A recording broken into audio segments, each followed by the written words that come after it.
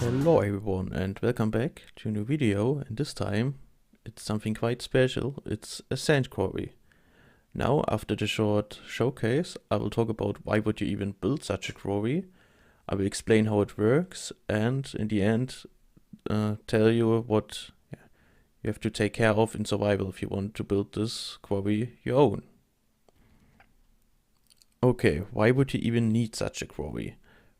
Well, in the game, even till now, there are many duplication bugs. For example, TNT duplication, but also falling block duplication in the end portal. And with both of them, you pretty much get almost all the sand you would ever need. With the TNT, you don't have to craft it, so you don't need sand for that. And with the falling block duplication with the end portal, you also can dupe sand directly for your normal TNT needs, or most of the time it's probably glass or concrete. But since some people don't want to dupe, or some people are just not allowed to dupe on their server, or can't dupe, I designed this sand quarry. So so you can get sand in a legit way by just running it over a desert and collecting all the sand. Or falling blocks, you also get some gravel. And it's basically a follow-up. Well, not really, but XCOM already made a video of the last sand quarry we designed together with him. And that sand quarry was really the first prototype. It worked, but it wasn't really that fast, and it also wasn't really worth building it. You had to dig a lot beforehand, and also the building effort of the quarry itself was just immense. So we never built it on survival. But lately, we just hopped on creative again, saying that we want a new sand quarry, and came up with this concept here. And this is finally worth it. We already built it on survival, so also check out my episode on survival. There you get more information if you want to build it your own. We spent around, I think, 15 hours building the quarry and another 40 hours digging trenches and so on. So total preparation time of around 50 to 60 hours. But digging all the sand the quarry will take 90 hours at least. So it's definitely worth building this quarry and saves some effort again. And on the other hand, it's just a cool project. Now I will continue to explain you how it works. The basic concept is basically these flying machines only. What we do here is, with this sticky piston, we pull up a sand block. The sand block is located right in front of this iron block, right here. The sand block will get pulled up by this piston, and later, basically it's 10 game ticks later, when it's dropping down again, so it's an entity, we push it over with this piston into these trapdoors. since it's an entity, we basically push it through the iron block, and at the same time the iron block is also moving. So yeah, they're basically, the sand block is getting pushed in and the iron block is pushed in the other direction. That's how we get the sand block dropping here on top of this trapdoor, and that makes sure that we have a lossless collection. I started with many prototypes of this quarry, so it might look quite easy now, but it really took a long time coming up with this in the end. So first we had only the trapdoor in front and didn't push the sand over, so it dropped on this trapdoor, but of course the sand item has some momentum when it's dropping, and it could drop in front of the trapdoor. And after many iterations, I came up with just placing any block in front, and like that, the sand always lands in between here. So it's 100% lossless. So these flying machines run through, pulling up the sand, pushing it in. And on the other side, of course, there's this piston here, pushing the sand pushing the blocks in that direction. The flying machines will just go over. And then we have to collect the sand, of course. And that's where stacked minecarts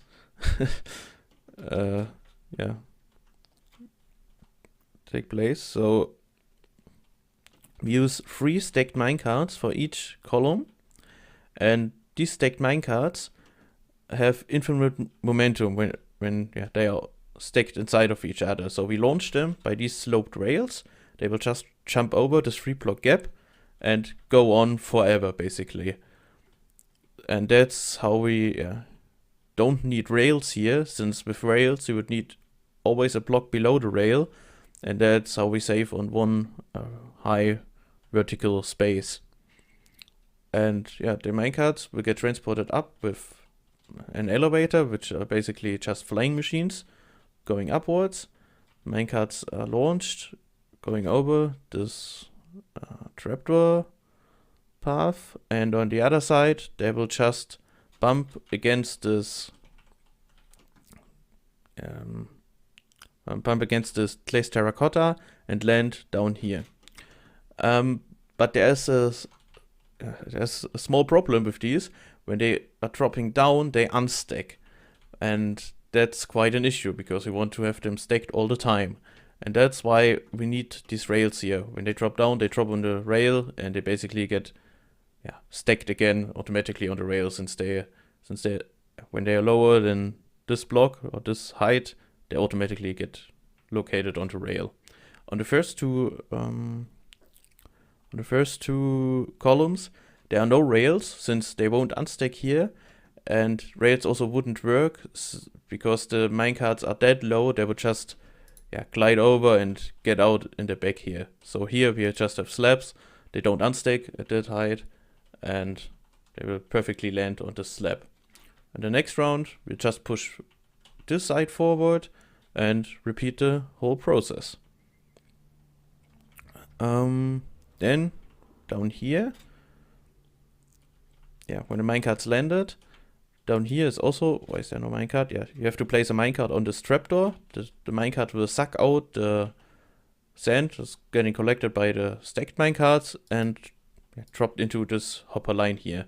Then for the item collection, I just made a water stream here with some dropper stations every now and then, and at the end you can have your storage. Actually, if you watch my survival episode, on survival we replaced this water stream with a double hopper line. Since the quarry is faster than double hopper speed, you need 2 lines, so we just placed another hopper line below. If the bottom one is filled up, it will just use the top one. And that's how we make sure we transport it to the end. And like that, you don't need to entity process these chunks here all the way. When your quarry would run over 1,000 blocks, only the quarry itself has to be entity processing. The rest will just get loaded by hoppers, and only a 1 chunk wide line till the end. So it really saves on some chunk loading, and the double hopper line is also easier to build than this water stream. So that's basically it for the item collection. and it's really repetitive to build. It's just every single time it's one higher, and you can also tile this easily. So right here I have 24 slicers, but you can make 25, 26, 27, or also less. You can only make 10, but 24 kind of seems the best option. The desert hills are mostly higher. You have to dig the top of the mountains then. It's 5 to 10 blocks, but it's easier to dig the top of the mountains than just making this quarry double the height. So yeah, and the logic part is basically only this front part here. It is something not worth explaining, I think. Just a flying machine going up and down, and that's the delay between the flying machines and the hopper minecarts, since the hopper minecarts are approximately traveling at twice the speed as the flying machines. The flying machines are 2 meters per second, and the stacked hopper carts are around 4 meters per second, and that's just the delay with this flying machine here. Going down again, and of course you have to move every side twice, not once, because we moved the stations and everything on both sides. That was also quite tricky, and other than that, not much more to say about it. It was quite a challenge, as I said. It looks easy now, but getting these carts from here, jumping over here without anything interfering, for example, the station for the flying machine and so on, was actually quite tricky. So this is already the third sand quarry. I didn't release the first two since they had some problems, but not really some problems, they were just way harder to build. So this is the final design now, and I think it's quite good. At the end, just something I thought of what could be improved. It's first of all the width of the trench. So on both on these sides, the trench is 13 and the other side 12, I think. And it's still quite a lot to dig. It's way less than it takes to dig the sand, but still. So the width could be improved. For example, here you could move this line over on top of this one. You have to pay attention that the flying machines can still pass through, but that could be improved for the trench width. And other than that, maybe the stations. I'm not the best limestone expert, so I just made it work. I don't know if it's the easiest way, but building the flying machine itself is really no effort at all. Just the pre-digging takes the most time. So making the trenches smaller is always better. Then to also make the flying machine and the trenches smaller, I had an idea to maybe not transport the minecarts up, but make basically just stack minecarts on top of each other. So you have just a tower of minecarts and you push the tower along. Then you don't have to transport the minecarts up and down, and it's maybe smaller than this flying machine. That's another improvement I thought of. Other than that, the speed isn't really important. This flying machine, this is already 22k sand per hour, as I said, and it will mine, depends on the width, but it will mine a 350 wide desert, 2,000 blocks long in less than 5 days. So it's already really fast. That's not really something to take care of. Alright, so that's the possible improvements, and at the end I will just talk a bit what you have to do in survival to build a quarry your own. To build a quarry in survival, you first have to start by searching for a huge desert, and I just opened the midst and searched in a radius of around 30,000 blocks from spawn, and took the largest desert. What you want is basically the largest rectangle you can fit inside a desert, with one side being up to 400 blocks wide. So it shouldn't be wider than 400 blocks, since the one player can only load It can load a little bit more, but 400 blocks is, yeah, just take 400 blocks, place the player in the middle, and it will entity load both sides. So don't need more than a single player. So a rectangle, one side 400 blocks, and the other side basically infinite. So that's what you want. You can also make it not that wide, as I said, 350, 300 wide. That's kind of good, but it should be at least 1000 blocks long. Otherwise, it doesn't really make sense to build one or isn't really worth it. After you found your desert, you start marking it out, of course, and start digging the trenches. The trenches, as I already said, are on this side. I mark them here. So this trench should be that wide. I think it's 13 blocks on that side, and on the other side it's 12 blocks wide. So you can just count this. You just dig these trenches. It's up to the end for however long you want to run your quarry. And I think the trenches are a little bit deeper than the lowest layer you mine. So the lowest layer you can mine is in front of the first iron block. So this one can be the first sand layer. It's looking at Y59. It's not the correct height in this world, but this should be looking at Y59. You can also place it higher, but 59 is the lowest sand layer that generates in the desert, and that's why I would place it there. So that's 59. And the trench is basically 1, 2, 3, 4, 5 blocks lower. Yeah. Then after you dug your trenches, you start digging your staircase pattern. So this is a staircase. You can check the end. You just have to pre-dig in that pattern. So this can already be sent. This will be mined. And then you have to go one lower, 8 blocks forward, one lower, 8 blocks, and so on. Usually you just have to dig that pattern for the first half or not even. If you're not in desert hills, it's not a lot to dig. So yeah, you just dig that staircase, which is done in just 1 hour probably. It depends on the roof or whatever and your terrain, as I said. And then you can already start building. For item collection, as I said, probably just place 2 hopper lines. It's the easiest.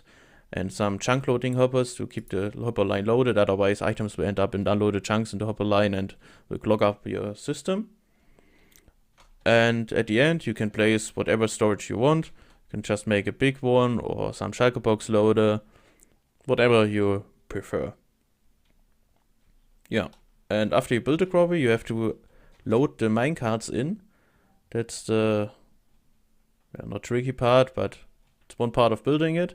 So we need a minecart on top of the strapdoor down here, and in the front 2 stations, it's on top of an end rod. So we just drop 1 minecart down from the top, place the blocks with the rail on top again, and then on the rails it's quite easy. You just click 3 times to place 3 minecarts in, and here you also just make a block here, place a rail on top, 3 minecarts, and just let them drop down, the stacked ones, and then you're ready. Of course, you have to make the minecarts on both sides on top of the hopper line, but the stacked carts only on one side. And then you're ready to launch it. To run it, it's this redstone block here. Just have to remove it, the machine will start. And to stop the machine again, you just place it again when this sticky piston has no block in front.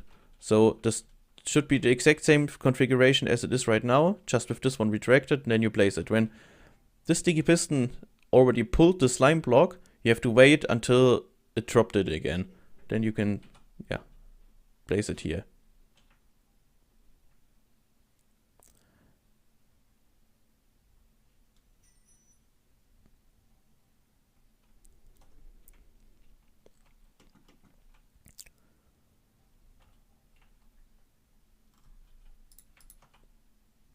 One last thing is this delay flying machine. And as I said, it's a delay between the carts and the flying machines. And the height of this station should be, it's here, the width of your quarry. So this one is around 100 or whatever, 100 minus 40, so 60, divided by 4. So this should be around 15, 16 blocks high. This is just an approximation. It always worked for me for 3 different sizes. So you can time it more tightly. So when at the moment it's like that, the flying machine will arrive and the minecart is still somewhere right here. But you can time it, place it lower maybe, so it will arrive exactly after the flying machine. But this works. With this formula you will get your height of the flying machine and it should always work. Alright. So I think that should be it. I hope you like this quarry, and as I said, if you want to know more how to build it in survival, you can check out the episode. Other than that, leave some feedback in the comments and see you next time. Bye bye.